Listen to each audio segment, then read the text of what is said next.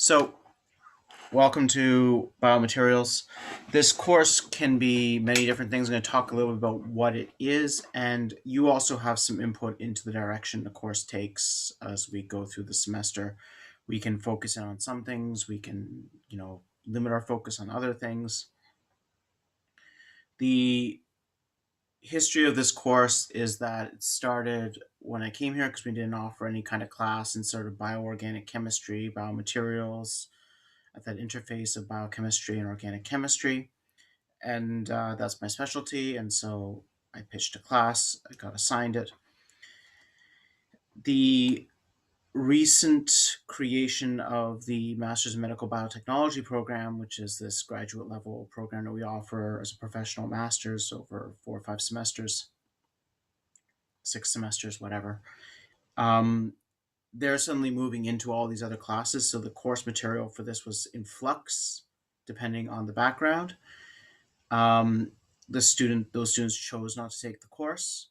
So in this class right now, we have 3 graduate students, all kind of in synthetic chemistry, organic chemistry adjacent, or organic chemistry itself, and 2 undergraduate students who are both from the Department of Chemistry and Biochemistry. What I'm anticipating to succeed in this class is you basically need to remember your second year organic. Some of the third year organic will be helpful too, but not necessary. And some familiarity with biochemistry is helpful, and some of the concepts of that, but we'll be going over a lot of that stuff. If at any time you're kind of feeling like shit, I'm lost, send me an email. It's a small enough class we can sit down for an hour. I can give you some resources. We can talk through some concepts, whatever the case may be, and we can go from there. And then being joined by my cat for this lecture, which is great. So today what I want to start by doing is just going through the syllabus, making sure everyone kind of understands what we're signing up for here. And then if we have some time, start a little bit on the course material. So I'm just going to share my screen. I've got 2 of me on here because one is my tablet logged in, and my tablet has, hopefully I'm sharing the thing I think I'm sharing. My tablet has, yes, a drawing tool, so it's really, really handy. Most of this class is going to be drawn on, I'd say on the board, but it's going to be drawn on PowerPoint. The PowerPoints will be uploaded to Blackboard. The videos will be uploaded to YouTube. If you want to cover any of this stuff again, you didn't cover it, I'll send the links for those.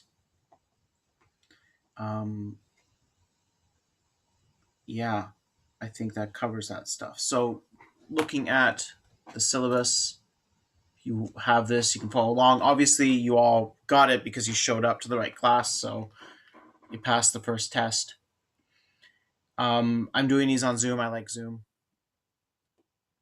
So uh, the Blackboard for 4641 is not going to be activated. You've all been moved over to 8641. I just don't want to have to maintain 2 separate Blackboard sites for 5 students. That doesn't make a lot of sense. So we're going to meet twice a week, an hour and a half each time for 12 weeks. This is mostly going to focus on carbohydrate and amino acid chemistry and biochemistry and their applications to material science and biomedical science. We can start figuring out exactly how deep we want to go into materials and how much we want to go more into biomedical or biomedical materials as we go on. I think it's ideally appropriate for people doing more of an organic synthesis or interested in organic chemistry. If you're not at all interested in organic chemistry, it's probably not a great course. And the idea is that we're going to start covering sort of an introduction to the history of bioorganic chemistry. Couple of things. This is just stuff I really like. Is basically it. It's really, really cool examples of how people solved problems when they had no tools. Just really, really good examples of really good logic.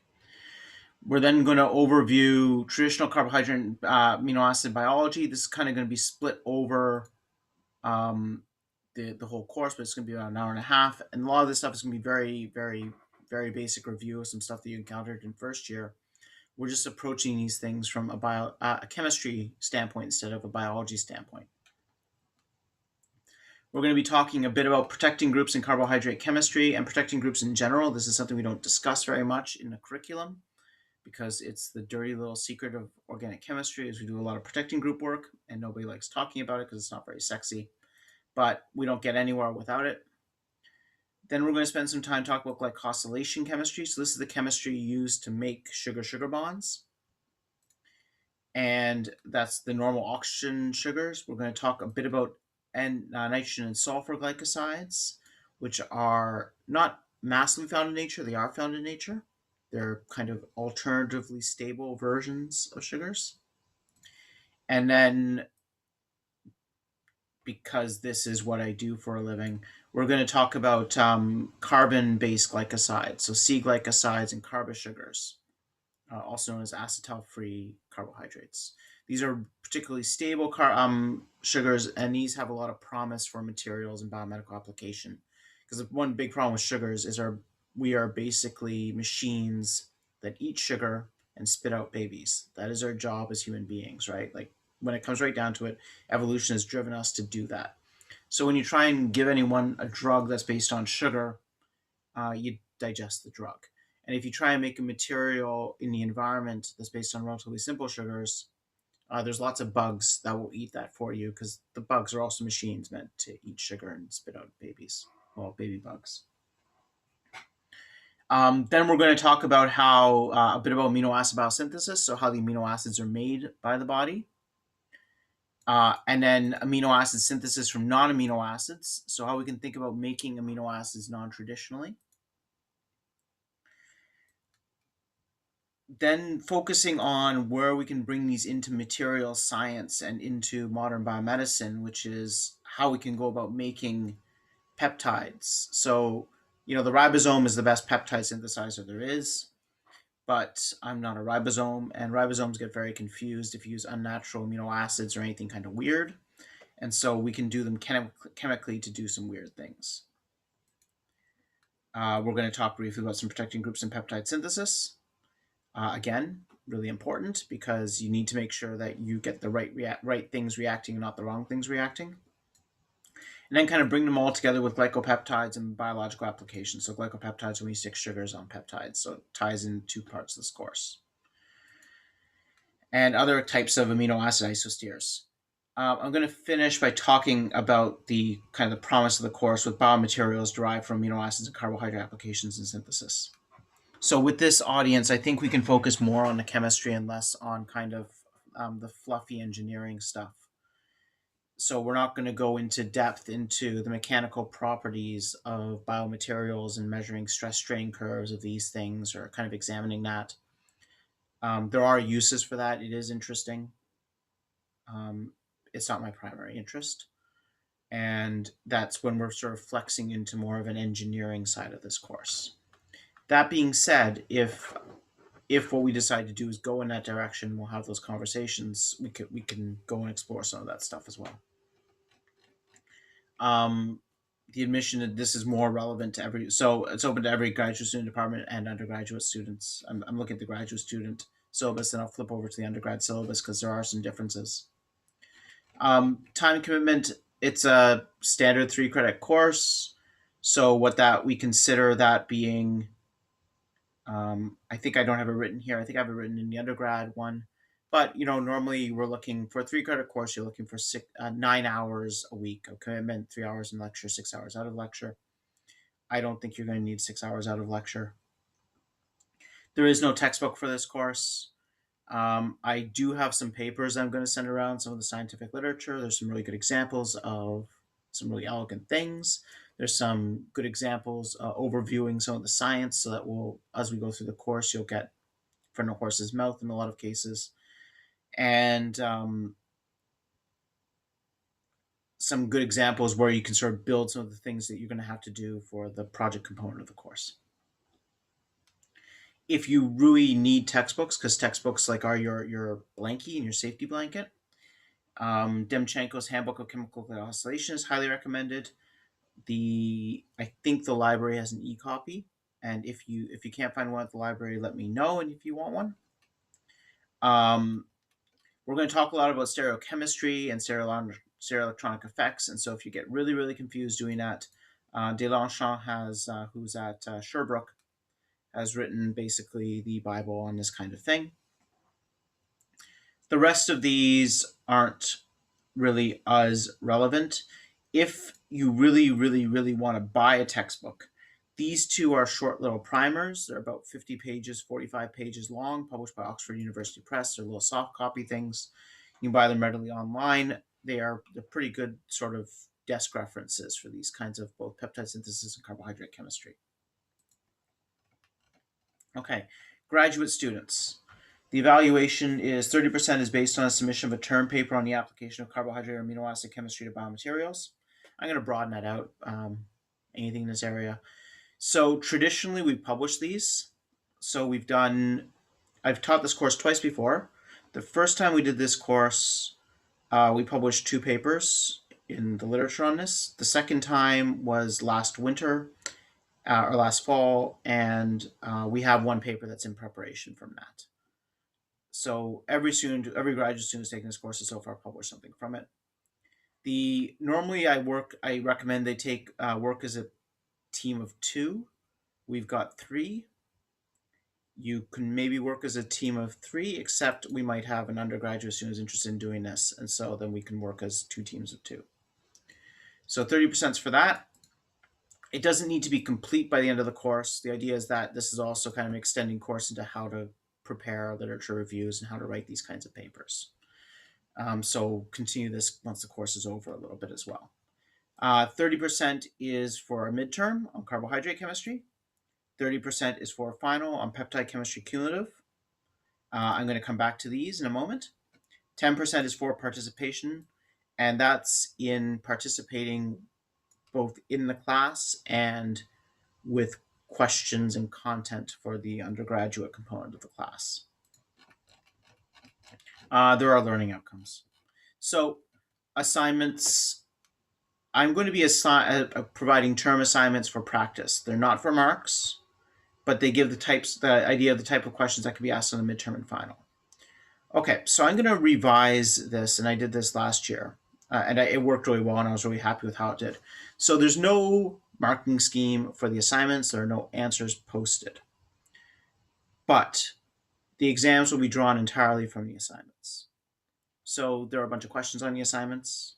I randomly select a few of those questions, and I turn it into an exam. It's an open book exam, so you can have your assignment answers right next to you. The idea is that I think you should attempt to do these assignments on your own. If you need to work with somebody else on completing the assignment, you can, but really you should attempt to do it on your own. The goal of a senior course or a graduate class is for you to learn the material, for you to think about the science, for you to think about what you're trying to do. The goal is not to make you memorize a whole lot of stuff. So I think that the best way to approach this is to have this as an open book final. So the questions will all be drawn from those assignments. So your exam is really doing the assignments over the course of the term rather than doing the final exam at the end. There's no makeup midterm. If you miss the midterm for a legitimate reason, the marks are added to the final. If you miss the midterm for an illegitimate reason, you get a 0. My email policy for the course, I'll answer emails within 8 hours. Generally means 24 hours. Often it's 5 minutes. Emails sent on the weekend will be answered by end of day Monday. Sometimes I answer them on the weekend, but my wife threatens me with divorce if I work too much on the weekend, and that's important, so I try to limit that. The exceptions before the exams, I will not answer any email relating to course content within 24 hours of the exam. So if the exam is 6 p.m., whatever, the University of Windsor gave me 7 p.m. for my undergrad class last term. So let's say in their infinite wisdom, they give us 7 p.m. on a Friday. Then from 7 p.m. on a Thursday, if the email is dated after 7 p.m. on a Thursday, I'm not answering it if it's about the course material. If it's about a logistics thing to do with the course, I'll answer it. But if it's about asking me a question about the material, I won't. So that last 24 hours is a blackout. Delivery and participation. The course will be delivered in real time. We have a small class, like there's 6 of us here. 2 of me, I guess, so maybe 7 of us. and my cat's here too, somewhere. So it's a small type class. I think it's a whole lot harder to do this online. If we're in person, we'd probably be sitting in a circle instead of sitting in chairs facing it. But we're not in person. We're doing this stupid thing. So interrupt me at any time. You're not finding something. If you want, you can use the chat. If not, unmute yourself and shout at me. That's fine too. You can call me anything you like except Mr. Trant. So participations, questions, interactions will be central to the course. You're going to probably find something that interests you. We can go off and digress on that. Like, this is a senior class. This is a graduate class. The purpose of this class is to kind of explore the things you want to explore. And hopefully they're within the greater area of carbohydrate and amino acid chemistry. And I like that because, yeah, I've got a binder full of notes here for this course. I could go through and just deliver my notes. I'm going to be disappointed if I do that because I won't have learned very much. I learn a lot of stuff when you guys ask really good questions and I need to think about things.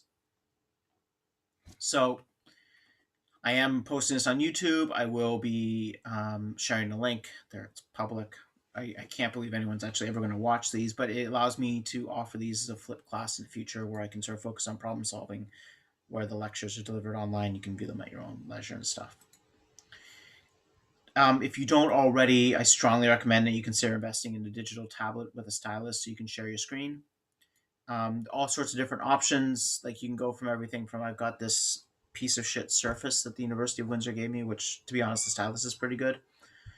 Or you can get something like these. I've got one of these as well, a Huion HS64, which is a little drawing tablet. I think costs like $45 on Amazon. And it runs with software on your computer, and you draw on it and you show it on your screen. It's meant for drawing, but it works well for this kind of thing too. Stuff isn't absolutely necessary, but I think it's, if you're going to spend $45 on something, good luck getting a textbook for $45, but the tablet will last you forever. The remainder of this stuff is university policies. I'm not going to go through all of those. You're very, very aware of all the university policies. Plagiarism is bad. Cheating is bad.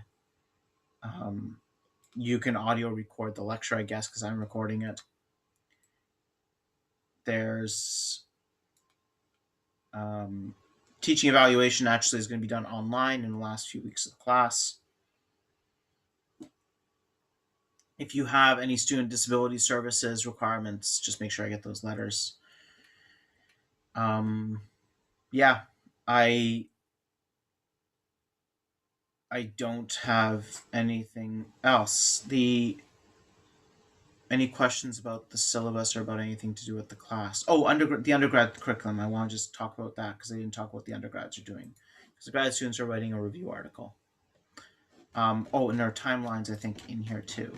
If I did this right. Oh, come on. No, I didn't. Okay, the grad students need to deliver a review article by the end of the course with no support network. The undergrads have a support network. So the undergrad evaluation, you're not getting marked on participation. So you can sit there with your microphones off, screens blank, and not say a word all course, and you're fine. I'm cool with that. The grad students aren't allowed to do that. You're going to get, though, and until you do your presentation. So you're going to have 20% a presentation on a special topic regarding the application of carbohydrate, amino acid chemistry, or biomaterials. I'm going to post a selection of topics you can choose from. You can also choose anything else that grabs your fancy. There's 2 of you. You can do this as a pair. I'm fine with that. You can do it individually if you like. If you prefer to, if you want, like if you're thinking about doing graduate school and you want to write a paper with people and get it for course credit and stuff, then you can work with one of the graduate students on that. If you guys can find a subject that's mutually interesting. I think the presentation is probably less work. The paper has greater benefit. So it's kind of a 50-50 kind of thing. The paper makes sense for the grad students because they can carve it into something that's related to their thesis work, and then they're working towards the introduction of their thesis. For the undergrads, it's not so much the case. then 40. So because it's only worth 20%, your exams are worth more. 40% of your midterm, 40% of your final. If you choose to do the presentation, then we have some dates set in there. Each of these is worth 1% of that 20%. You get 0 for if you do these late. So by the 2nd of February, I need a topic. By the 16th of February, a detailed outline. So if it's a presentation, you're going to have a 25-minute presentation with 5 minutes of questions, 25 minutes, 25 slides, give or take, right? So you want your detailed outline to be kind of sort of showing what each group of 3 or 4 slides is going to be about. It can change. You're allowed to modify it until the last minute because that's how academics roll. But just showing that you're kind of putting some thought into this and you have structure to this and you know what to go into. By the 16th of March, a month later, I require a bibliography, about greater than 20 references. So the idea is that your presentation is kind of a mini review of an area where you're taking multiple different articles from the primary literature, integrating them together to sort of give a story. If you need a bit more than 25 minutes for your talk, you can have that. We've got an hour and a half, so there's 2 of you, so theoretically you can go up to 45 minutes if you want it. If you want to do 25 minutes, that's fine too. So marking of the presentations in rubric will be supplied by the 16th of March to assist in preparing the presentation. So this is where the grad students come in because the 5 minutes of questions are going to be the grad students. I'm going to want each of the grad students to ask at least 1 or 2 questions per presentation. And they're also going to be involved in providing feedback on the marking. So I'm going to mark using the rubric. They're going to mark you using the rubric. I'm going to look at their marking, and if it's not massively out of line with my marking, I'll average them. If it is, I'm going with mine because this isn't a democracy. So that's the policy on this. But I might miss something, so they might give you a higher mark, in which case I'll have to think about why they're doing that. So I want to make sure that this is treating all of you guys fairly. And also, again, gets them to participate and pay attention. So yeah, everything else on the undergraduate syllabus is identical to the graduate syllabus because we're delivering the same material. The graduate exam will normally have 1 or 2 questions that the undergrad exam doesn't have.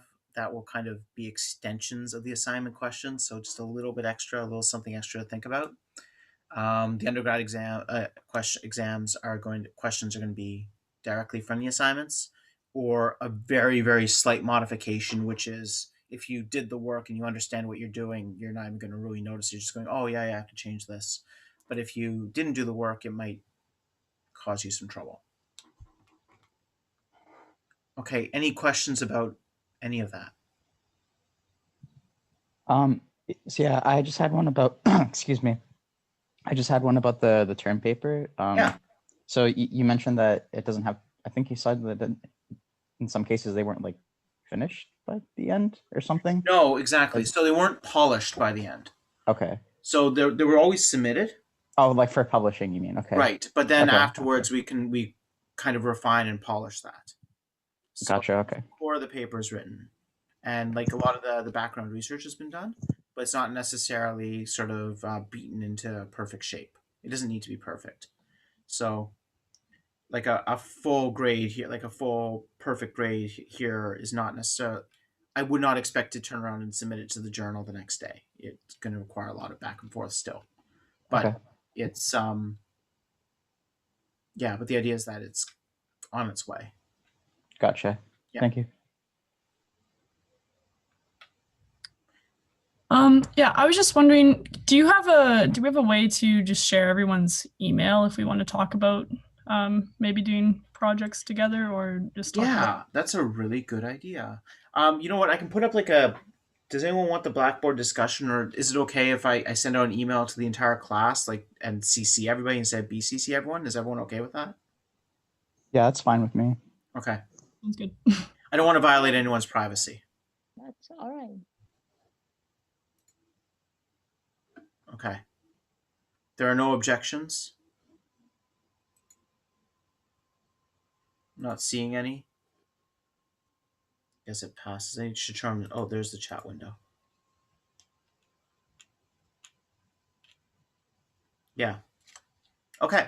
So I'll do that. I'll send out an email to everyone so everyone can see. Um,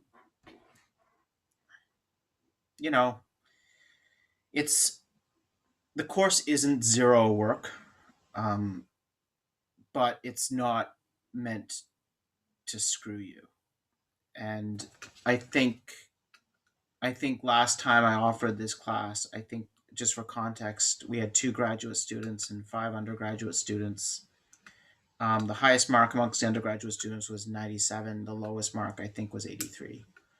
Um, and the students did the work. Like you're all senior students. You're used to doing work. So I fully expect to get a good grade. I think it would be surprising if everyone doesn't get some form of an A. I'd be a little disappointed. Okay. Any other questions about the syllabus? I'm not going to have set office hours for this course, um, but so we'll try that first. And so if you want to talk about anything, just send me an email and arrange a time, and I'm happy to do that one on one. If I start finding that okay, well, actually, I'm doing more of that than I'm doing like more than a couple hours a week of that, then I'll probably set office hours. But let's try it first, just ad hoc, and if anyone needs anything, do that. But again, interrupt me during the class, so we can often have sort of office hours like discussions in the class. Is kind of the point.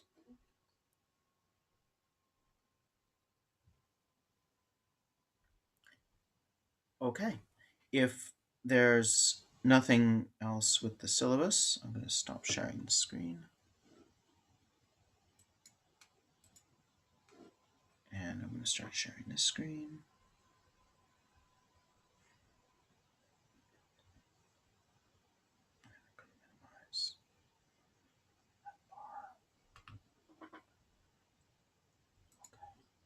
Okay. And I'm going to find a stylus. And this one works. Okay. So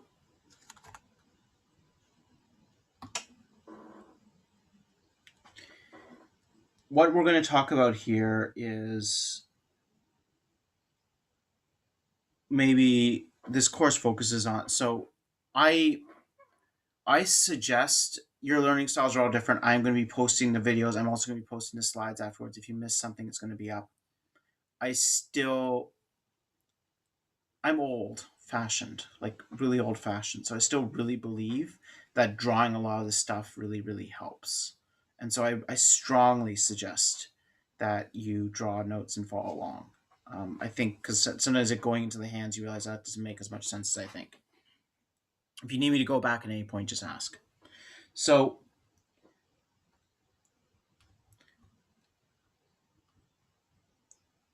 okay, that I'm going to try my other pen.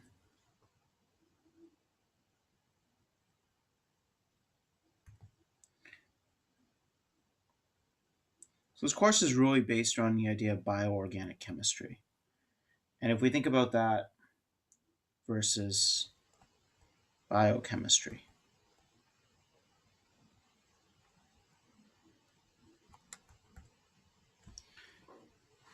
so I don't like the wonderful thing about doing this online is, of course, that we have the internet available. Um, but I'm kind of wondering what people's working definitions of those terms are. Like, how do you think of the terms bioorganic chemistry and biochemistry?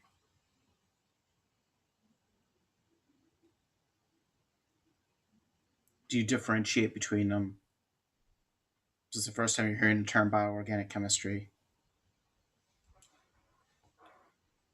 Is there Well, silence in the room?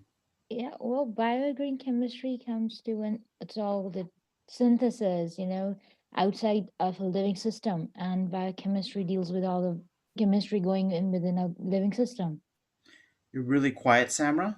So synthesis outside of systems, outside of living systems, is what you said. Yeah, yeah. Okay.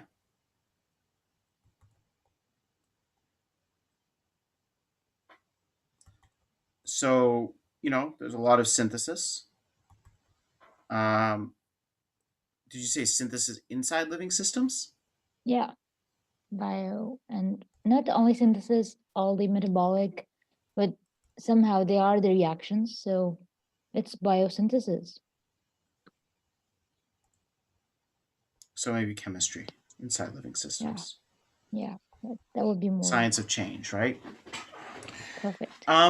Okay, I'm okay with that. So what's now that still leaves us a lot of space because bioorganic synthesis outside. So we're not really defining what falls within the realm of that.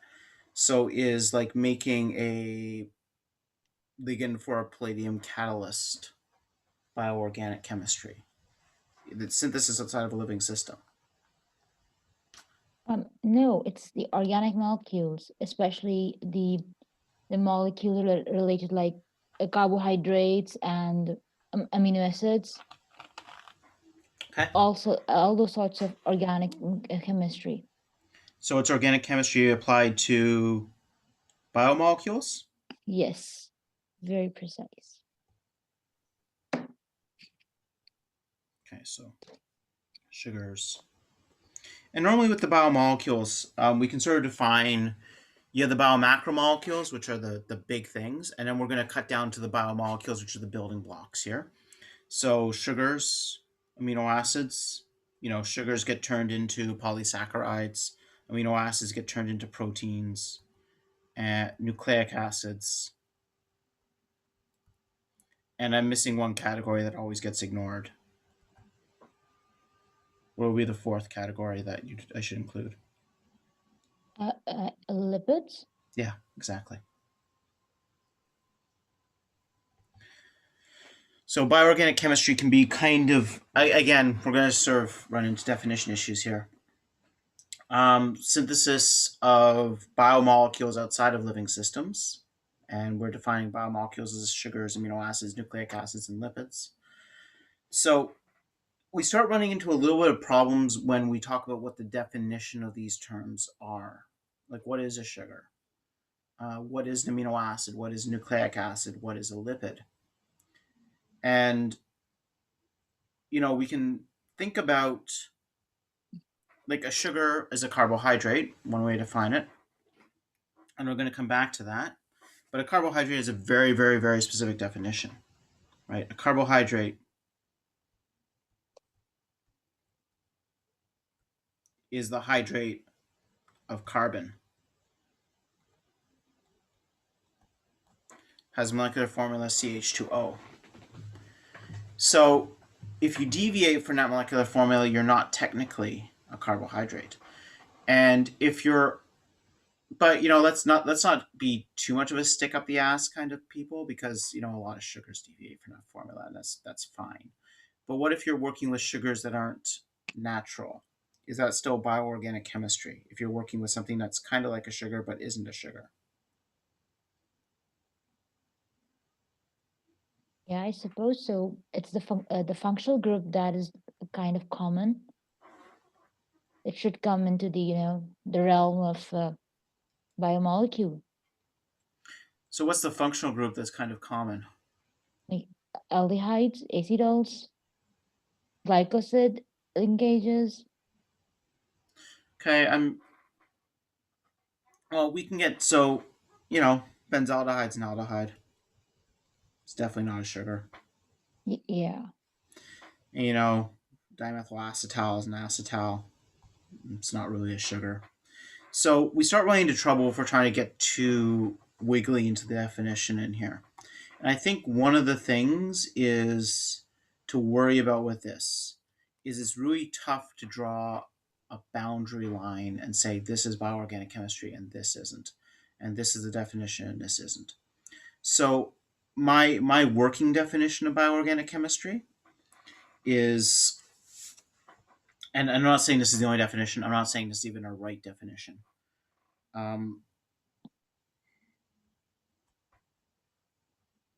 It's the chemistry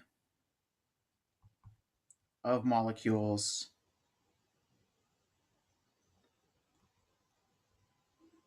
and their analogs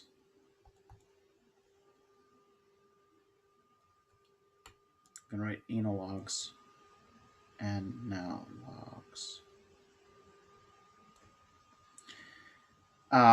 Both structural and functional.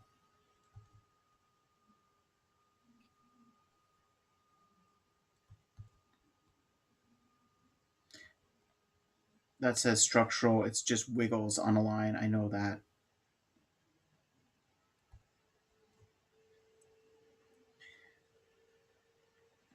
That are commonly found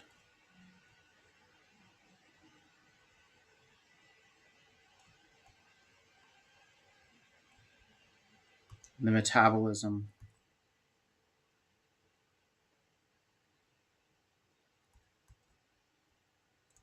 gene regulation,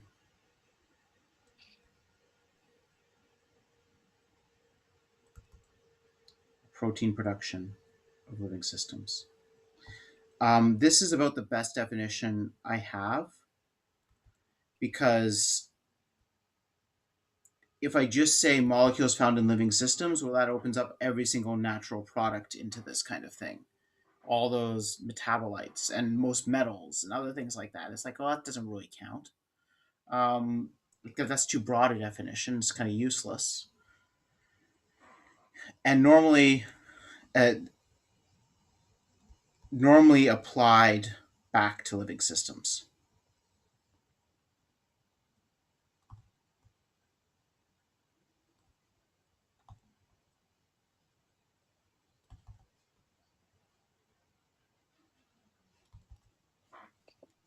So what we're trying to encompass with this is, okay, molecules are analogs. So if it's a sugar, if it's something a lot like a sugar, and it's an analog, so I knows it when I sees it. Benzaldehyde is not an analog of a sugar, although it has an aldehyde, but an inositol, which is something we're going to come to, which is basically a cyclohexane with 6 hydroxyl groups, kind of acts a lot like a sugar in some ways, and so it's kind of an analog of a sugar. Both structural and functional, so they can share the same structure or they can share the same function. We're going to come to this when we talk about peptide bonds, because you have a peptide bond, that's an amide bond, and you can have something that has a similar function to it, but is structurally quite different. So you can have heterocycles in there, which can have the same distancing. They have similar polarities. They act the same. They do all the same things that the peptide bond does. They hold two pieces together a certain distance apart with a certain angle. But they don't look at all like a peptide bond. Like the chemistry is all really different. So it's structurally an analog or functionally an analog, whereas other things can be structurally an analog. They look kind of similar, but they change the function. That are commonly found in the metabolism, gene regulation, or protein production of living systems. So this covers your sugars, your amino acids, your nucleic acids. Lipids, as always, kind of get left out of my definition because I don't really know what to do with them, to be honest. There's a reason I don't talk a lot about them in this class. They are important. They're really important. They're also really quite simple. And I'm going to really, really regret having said that in about 30 years, because somebody's going to show that lipids are really involved with the basis of signaling for everything. And they are important for that. But we'll probably figure out that they're much more important than I think they are. And normally applied back to living systems. So what I mean by that is normally the goal of bioorganic chemistry is create a tool, a drug, to study how something is happening in a living system. But the overall idea is not just to make a molecule for the sake of making a molecule or find a new way to make a molecule. It's to make a molecule as a tool or to better understand the underlying chemistry. Whereas biochemistry is, I kind of like your definition. It's the Samra, it's the chemistry inside living systems. I think that kind of covers it. And you've got organic, you've got inorganic, you've got enzyme mechanisms, you've got protein bond formation, you've got lipid synthesis, you have self-assembly, how you have DNA replication is biochemistry. All that falls under biochemistry. It's all the chemistry inside a living system. Whereas bioorganic is you take it out of that living system, and you're normally dealing with that in a round bottom flask, like you're doing chemistry separately from that. I'm happy with that. I think that's a good working definition. So this course is about the left-hand side of the slide and not so much about the right-hand side of the slide. The right-hand side of the slide is really, really interesting but there's almost a fundamental philosophical difference between where these things come from. So a lot of biochemistry is approached almost from the biology side, from the systems side, where you're thinking about how these different proteins or different pathways interact with other pathways or other proteins. And the mechanism of the chemistry is secondary to that. So you're kind of coming top down. Whereas bioorganic chemistry is often coming bottom up, coming from the chemistry and then looking at, mechanism and the movement of electrons within a system that is relevant to biology. And I think of things this way because I am a chemist first and a biochemist somewhere down the line. Okay. So we're going to start this class with carbohydrates, of course. And so we already briefly saw this. The carbohydrates are the hydrate of carbon. And so they tend to be polymers. Maybe polymers is the wrong word, but no, polymers I think is the right word. They're kind of oligomers maybe of the hydrate of carbon. And I think another way to think about these is, as a synthetic organic chemist, is that these are ridiculously hydroxylated systems.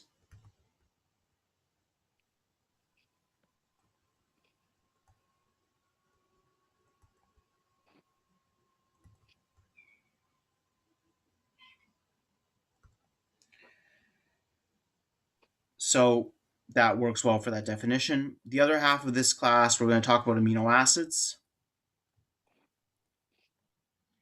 And again, not something we think of. I'm embarrassed to say how long it took me to realize this. But all that means is the molecule has an amine and it has an acid.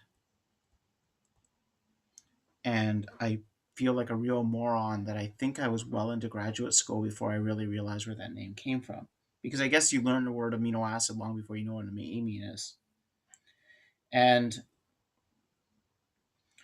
the one thing I want to start with on this is we're going to have a name on all this. The first amino acid ever discovered, just because I like this, it's just a piece of trivia, was asparagine. It was the first amino acid ever isolated, and that's because it came from asparagus. Asparagus is very rich in asparagus.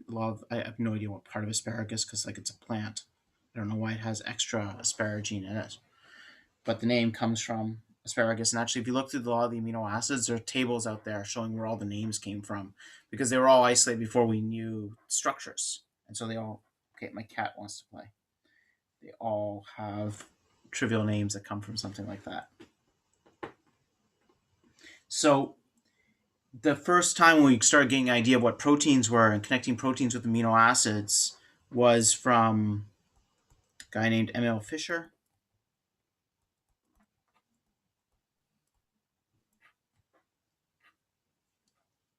There's no C. I always spell his name wrong.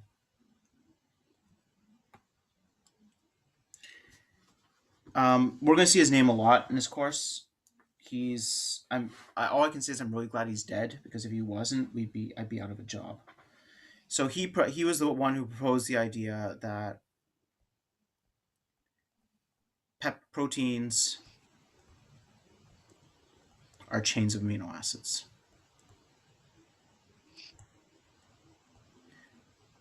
Generated by condensation reactions.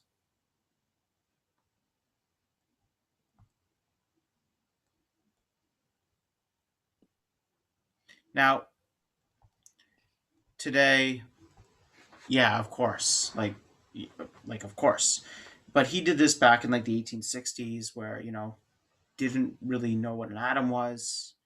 The idea of stereochemistry was out the window. We were still kind of trying to figure out if you could make organic molecules from things that weren't living, or if there was a special spark in every matter of life, or every piece of matter that was involved in life. And so the idea that we could, build building blocks and things were kind of made of molecules and atoms was still a relatively contentious idea. And the idea that complexity builds from massive simplicity through just constant iteration and the massive amounts of different things you can build by attaching a bunch of different things was still a really novel idea. So he actually, this is why we have things like the Fischer esterification and the Fischer amidation.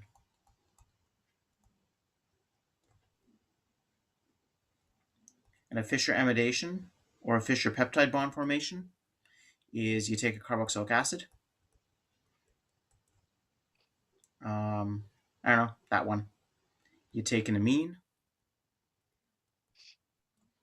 And since this is a German from before about 1940, the reaction conditions are heat. That's it. Some acid. And you make an ester, or an amide in this case. You could also make an ester if you do the Fischer esterification. The esterification works better. This has some issues because you protonate the amine first, right? So it's a much slower reaction. But and nobody would ever make a peptide bond this way ever again, or today. This is a stupid way of doing it. But of course, the first he was the guy who made the first peptide bond by sticking two glycines together and made diglycine, and showing that, hey, you can make these proteins and peptides from simple amino acids. He's also, of course, responsible for the Fischer glycosylation, which is the first chemistry showing that, hey, look, all these sugars come from other simpler sugars. So he took glucose. We're going to talk about why that's a wiggly line in a bit. In a few weeks, you will know this is glucose.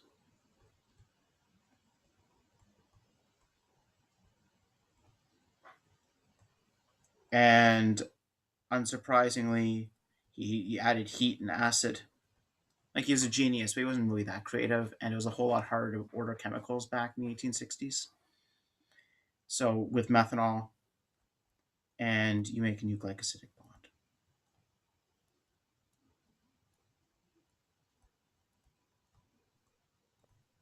So this is the first reaction done with proteins or amino acids. This is the first reaction done with sugars. And this is the Fischer glycosylation. So he's got his name on the first two reactions ever done with these two bioorganic molecules. He also was the first guy to make nucleic acid. So he really is the first guy to create sugars, amino acids, and nucleic acids. So he's like the father of bioorganic chemistry, and can actually lay claim to that title. We're at, oh no, this goes till 5:30. I was like, 5 o'clock, we're done. No, not yet. So we're going to talk a lot about what's going on here for the next bunch of weeks after we get through some introductory material. So what the hell is how all this stuff is actually happening? But I just want to lay out a few terms that we're going to be encountering again and again. So this whole molecule here is called a glycosyl donor.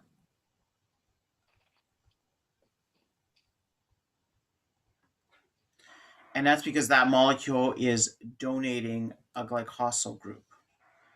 This guy here, in this case, is going to be our glycosyl acceptor because it is accepting the glycosyl group. We are adding the glycosyl group to methanol. The methanol is getting a gift of a sugar.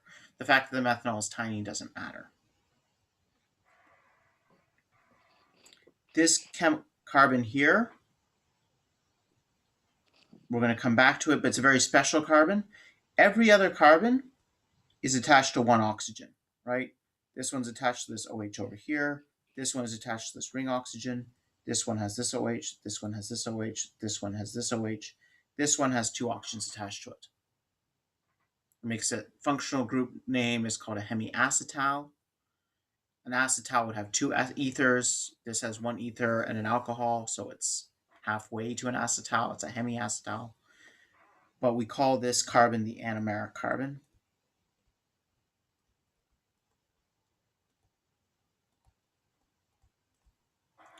and it's special. I don't think it's as special as a lot of other people think it is, but I'm still going to deliver way too much of this course talking about the chemistry of the anomeric carbon. So at this point, we have the anomeric carbon. This is it's our anomeric leaving group. It's also called the activating group.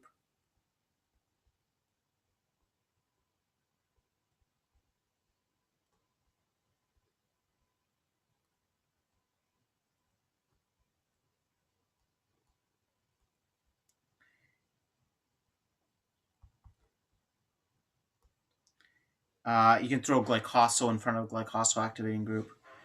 And this guy here, it's clearly a catalyst. That's all it is.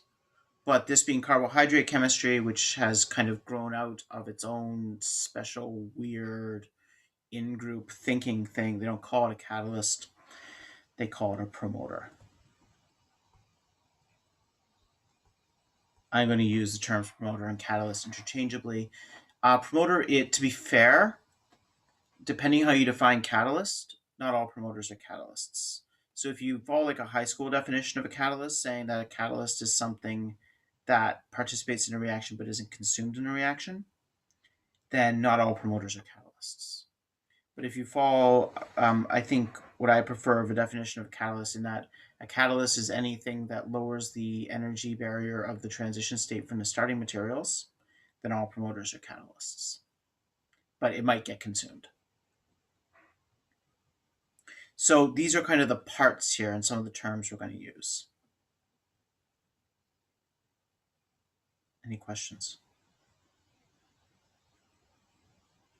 Okay.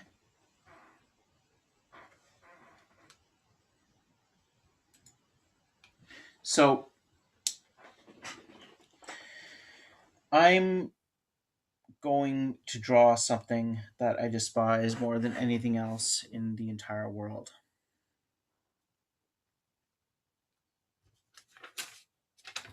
And I want to make sure I do this right.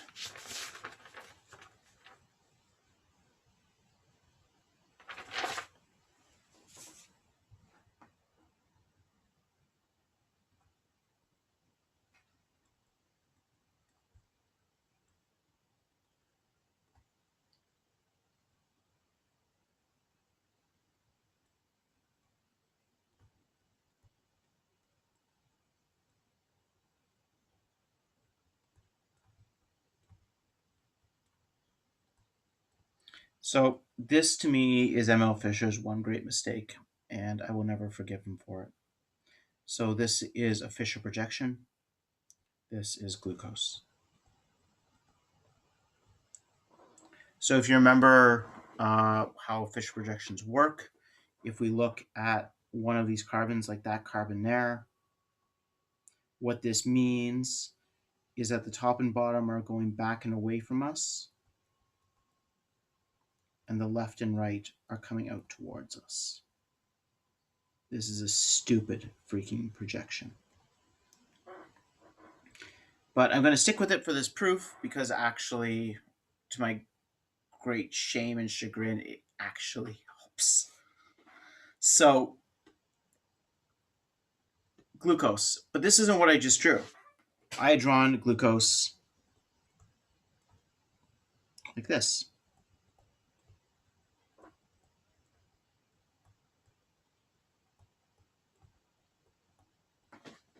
I want to make sure I am not missing a set of lecture notes here.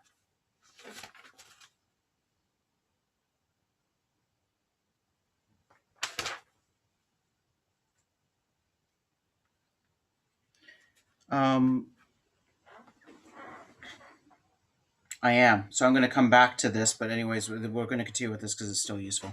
So I drew glucose like this, and here I've drawn glucose as this open chain aldehyde. And that's because this hemiacetal thing isn't very stable. So in the presence of water,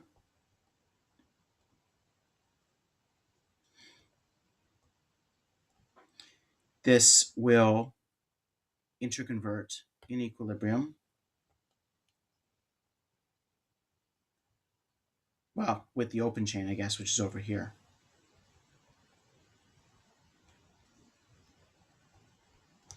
So mechanistically, how does that happen? Something like that. It depends if you're under acid or base. I'm doing this completely neutral. But you're going to generate an aldehyde here. You're going to generate the OH. Note that this oxygen here is, let me get my red pen. We're going to number these atoms. So the anomeric carbon is always number 1. And then we walk away.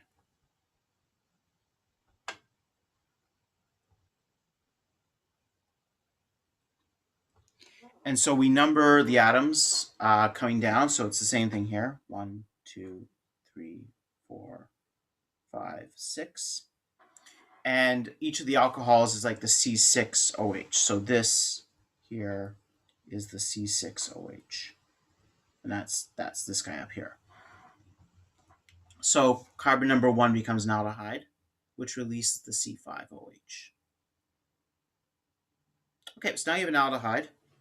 Let's just think about that, and we can draw it out, in non-disgusting pseudo 3D.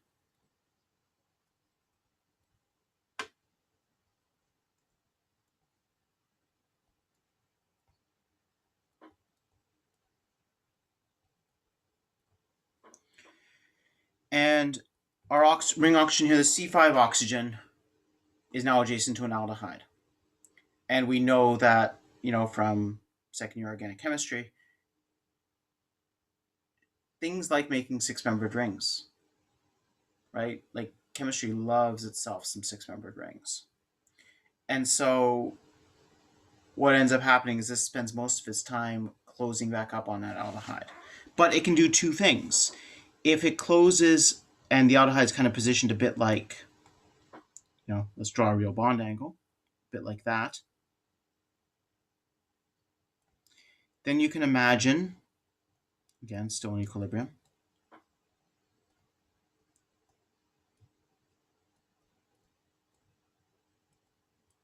that the resulting alcohol is equatorial.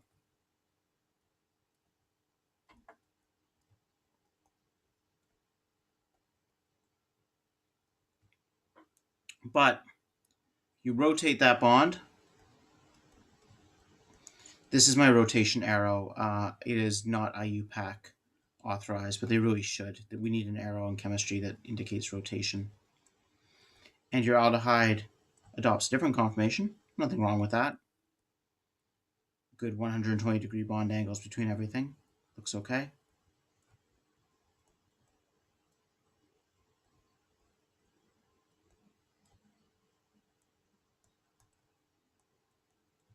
And of course, this can, rotate going the other way. Everything's in equilibrium.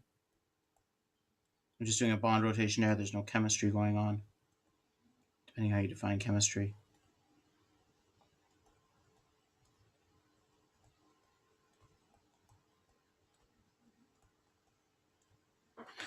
And so we can get this. So we can get these two 6-membered rings. It's all the same molecule. They're all in fast equilibrium. You never isolate one of these. You actually can isolate them, but as soon as you put them back in water, they start flipping between each other again. But that's not all, because we know that 6-membered rings are good, but other ring sizes are also good. So we've just used this OH here to attack onto this oxygen or carbon to make the 6-membered ring. So if we use this OH down here, we'll get a 7-membered ring. That does not happen very often. It happens. It's completely possible. You draw something out like that. There are 7-membered rings with hemiacetals in nature. They exist, but they're not as stable as the 6-membered rings. So as soon as they form, they break back open, and eventually you'll still fall to the 6, because the 6 is a lot more stable because you don't have all the torsional strain you have in 7-membered rings. And if what I just said was gobbledygook, that's actually okay, because this is not a course about torsional strain. This guy, however, can make a 5-membered ring with carbon number 1. And 5-membered rings are really, really fast. So that's pretty favorable. And so what does that look like? Well, if we're trying to find out where that oxygen is, I knew I was going to do that. I always click too quickly with these tablets. That's this guy here. Clearly the way we have this oriented right now, that OH is way too far away from that aldehyde to do anything. So we're going to need to do another rotation.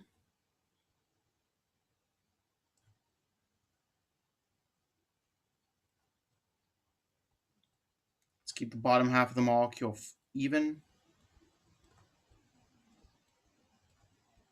C2 and C3 are minding their own business. C4 is about to make a mess of everything for everybody.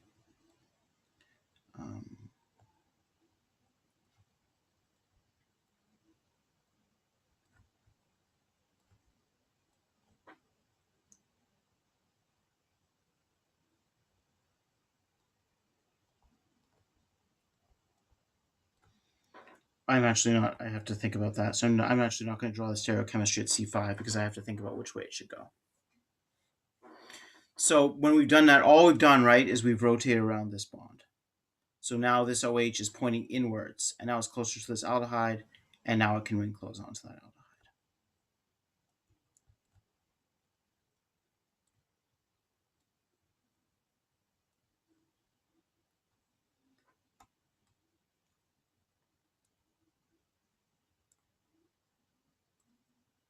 And we're kind of have an envelope conformation, which I'm drawing really, really poorly. There we go. That's better.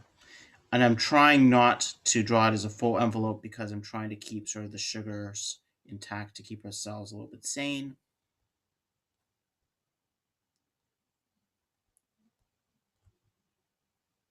So excuse my less than perfect bond angles. But I'm not done because this is just when that guy is down. What if that guy is kind of positioned like this, equatorial? I'm not going to draw that, but we'll just draw the result of that, which should be everything else being the same. I really want to draw a 6-membered ring. So this is kind of like an envelope conformation. You just have to remember that this is kind of the pucker on the envelope. It's just we're facing it instead of having it off to one side like we normally do. And if you don't remember envelope conformations, it might be worth taking a quick look back. Again, not particularly important, but they're important because they're not stable. Okay, so here we've got 5 conformations or isomers, structural rotamers.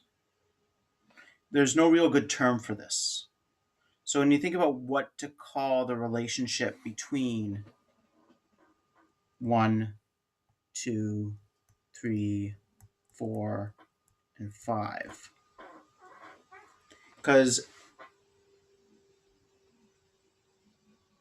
they're not the same molecule, because glucose with the aldehyde is different connectivity-wise from the other guys.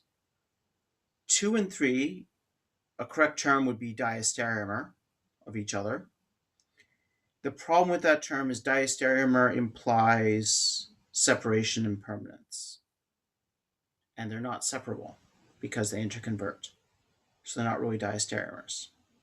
So we have the term rotamer for things that rotate and interconvert. So this here is a rotamer of this. You just rotated it. But these don't differ by a rotation. They have different bonds formed. It's not particularly useful to say they're all the same molecule because they quite obviously have different connectivity. So the term we use for all these is we call these anomers of each other.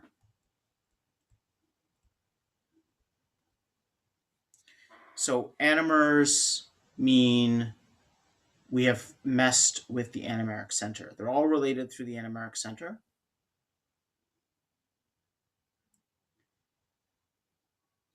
But they're not the same molecule. And they're in an equilibrium.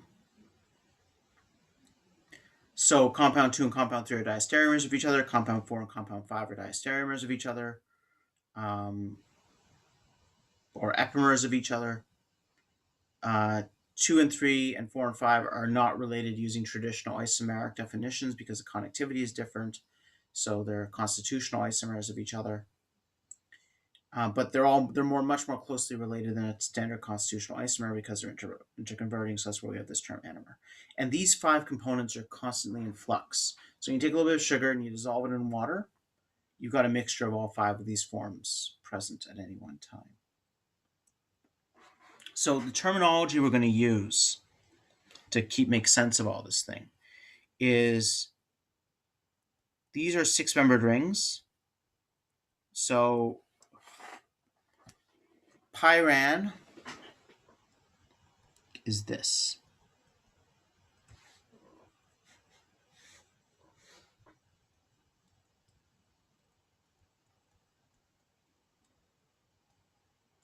Furan is that. I think pyran actually has some double bonds. I just can't remember where they are.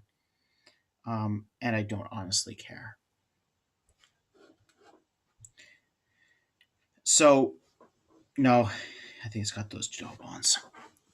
But what we have here is a 6-member ring, a 5-member ring. That's where these names come from. So these are called purinoses. The os means sugar. So a purinose is a 6-membered ring that is a sugar. These are furanoses. They are 5-membered rings. And we start sort of seeing, okay, yeah, I can see sort of the furan thing, like the double bonds are gone, but it's a 5-member ring with an oxygen in it. 6-member ring with an oxygen in it. Then to differentiate these guys, we're going to call this guy alpha and this guy beta.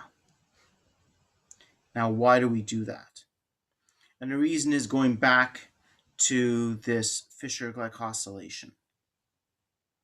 Because I want to make sure I do this right. Yeah, good. I am going to do this right. It's very, yeah, okay.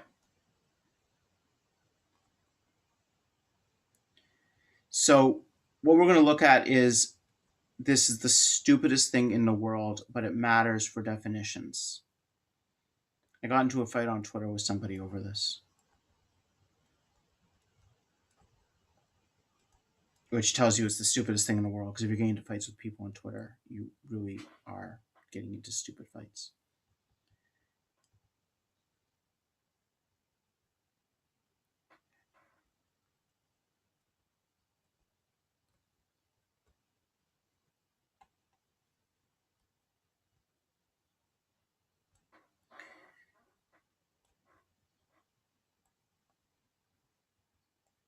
You know what? I should highlight this in maybe a different color.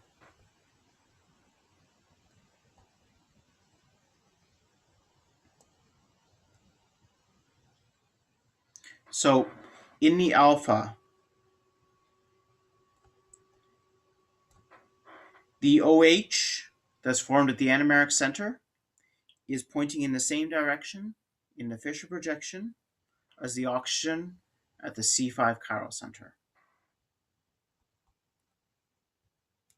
Green are same. Whereas in the beta,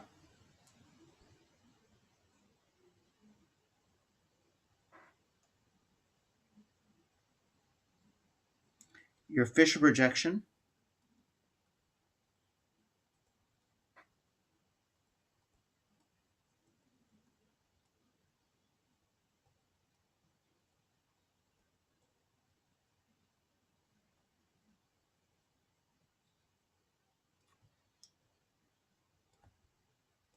has them pointing in opposite directions.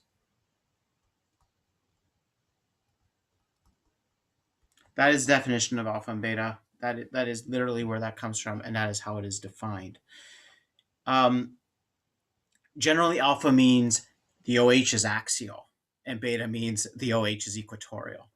But that's not what they actually mean. They actually come from what is the stereochemistry at that center.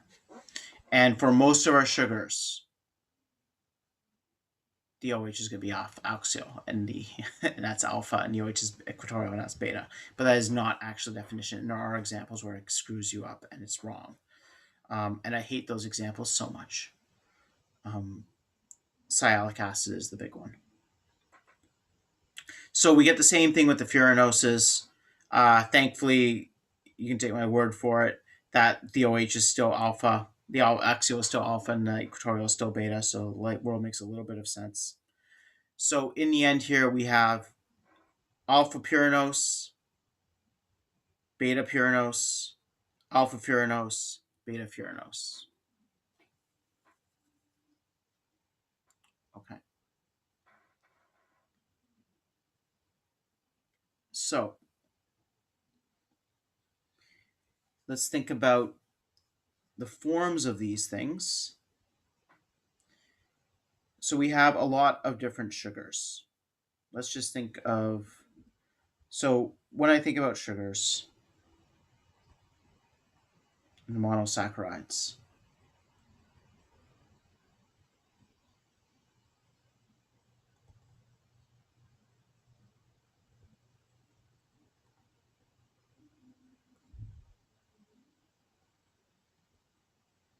the top three are the main sugars that you encounter in most biology.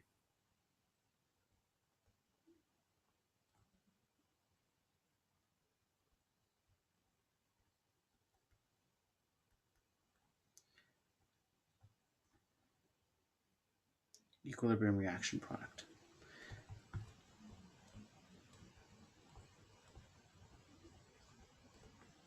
So if we think about what the ratio is of the different forms,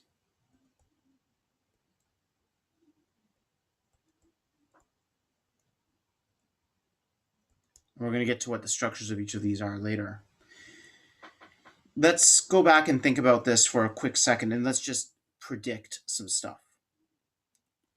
So let's think about the alpha. So I'm going to say the Pyranose is going to be your dominant form for most of them, because the Pyranose is a 6-membered ring, and 6-membered rings are more stable than 5-membered rings. And when everything is in equilibrium, product stability drives things, right? Thermodynamics drives things, so you fall towards the global minimum. Now, if I have the alpha and the beta, purely based on, if you know something about sugar chemistry, put stuff you know about sugar chemistry to the side. If you don't know anything about sugar chemistry, that's great. Which one do you think is more stable?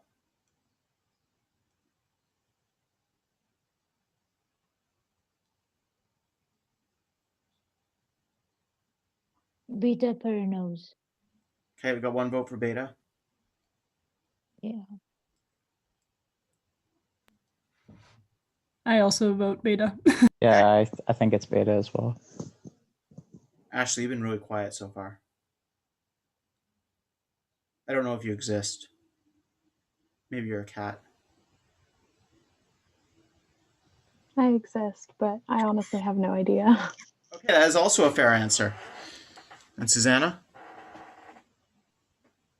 Yeah, I also think it's beta. Okay. Those of you who think beta, why beta? Susanna, why beta? Because it's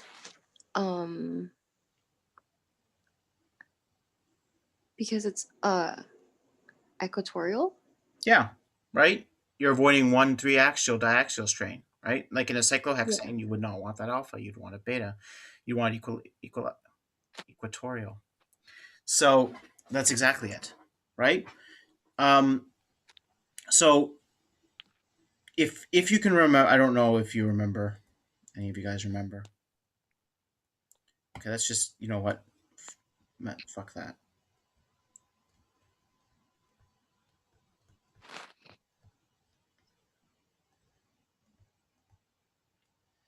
Anyone have an approximate ratio for what you expect the ratio of those guys to be at equilibrium?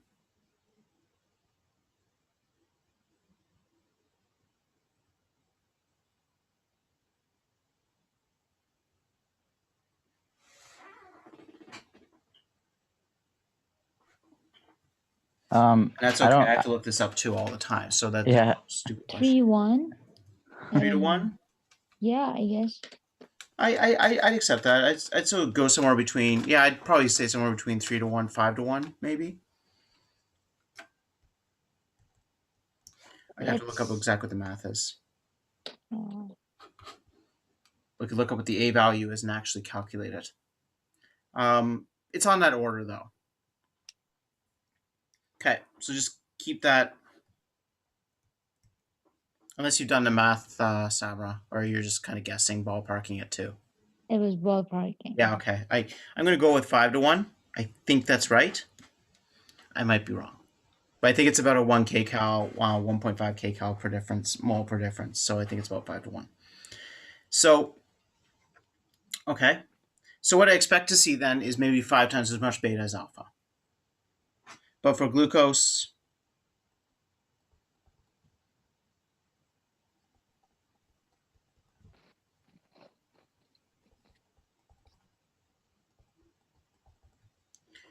it's about 2-1. Not even. That's weird.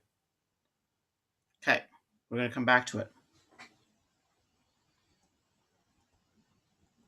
So again, glucose, everything is equatorial.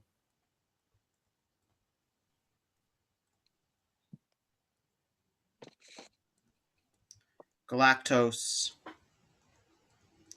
turn the toes. So C4 is axial.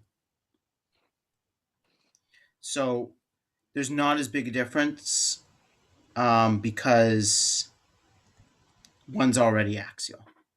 So you expect, so you expect to see this a bit more drastic, and you do. So 29, 64. But the beta doesn't increase. This dropped is because the furanoses increase. So for some reason, making this guy axial makes the 5-member ring like it's more than 10 times more stable, right? Like it's 30 times more stable. It's insane. That's a humongous difference. Mannose.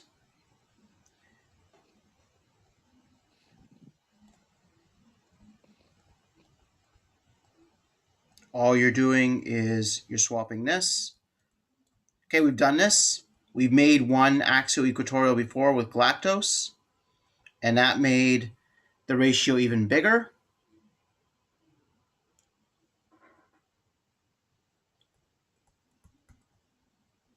Looks like it's all the steric effects affecting this ratio.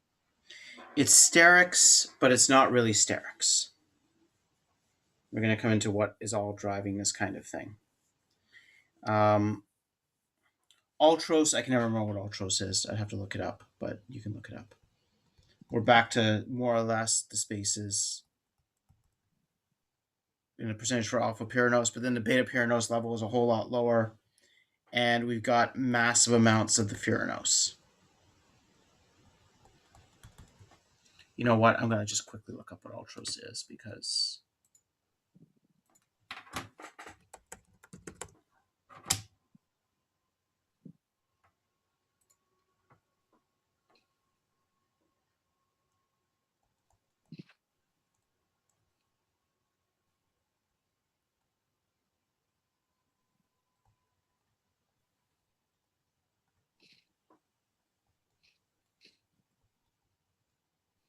it's a stupid sugar. So you now have the C3 axial, and that drives up your furanose concentrations really high. And Talos, I like Talos a lot. It's my favorite sugar.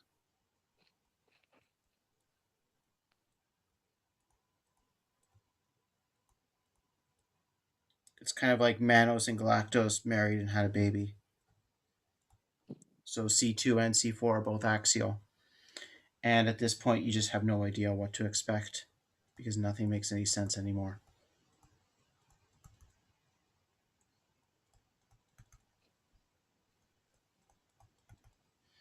it basically, you know, we're starting to get awfully close to 1 to 1 to 1 to 1.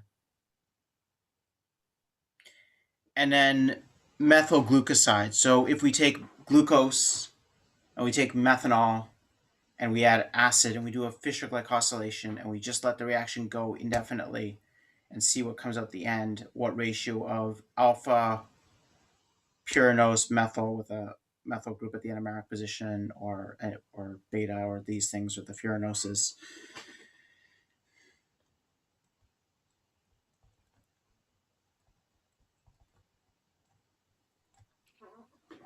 It's mostly off with a beta. And that's the equilibrium mixture. So this is the information that they had in about 1930, trying to make sense of all of this. And it doesn't make a lot of sense because it did not follow the rules they were expecting with how these things should sit. And so something else is really going on here. So next class, we're going to start talking about how Fischer basically discovered the stereochemistry around these molecules. I'm going to send out a paper to the entire class. It'll be in the introductory email that Ashley asked for, where everyone's emails are there. And it's Fischer's original papers are all written in German, and they use a notation which is completely illegible. So there is a Angewandte review that was published, I think, on the 140th anniversary of the discovery of this thing, 125th, whatever. And it's a really good summary of this thing. I think it's the most beautiful piece of chemical logic that exists. So it's going to be out there for everyone to read, and we'll start talking about it next class on Tuesday.